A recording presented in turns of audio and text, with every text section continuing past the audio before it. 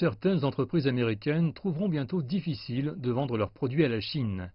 L'administration Trump impose des contrôles à l'export sur les technologies d'armement, des appareils militaires et de surveillance. Les nouveaux règlements nécessiteront des licences pour les entreprises américaines pour vendre certains produits en Chine qui pourraient être reliés au domaine militaire. Washington élimine même l'exception pour les civils qui autorise certaines technologies à être exportées sans licence. Les nouveaux règlements toucheront des entreprises et secteurs bien au-delà des entités militaires comme l'Armée populaire de libération. Un ancien responsable du département du commerce l'explique à l'aide d'un exemple.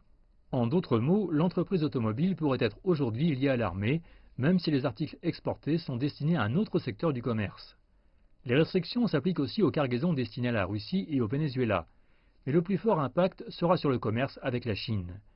Les entreprises américaines devront remplir des déclarations pour toutes les exportations, quelle que soit leur valeur.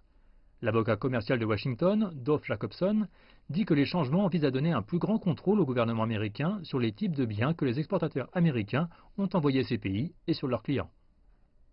Les règlements mettent des bâtons dans les roues à l'industrie des semi-conducteurs et à la vente des pièces et composants de l'aviation civile. John Neuffer, président et directeur général de l'Association de l'industrie des semi-conducteurs, dit qu'il existe des inquiétudes concernant les règles générales. Il dit, je cite, qu'elles créent une plus grande incertitude durant cette crise économique mondiale sans précédent.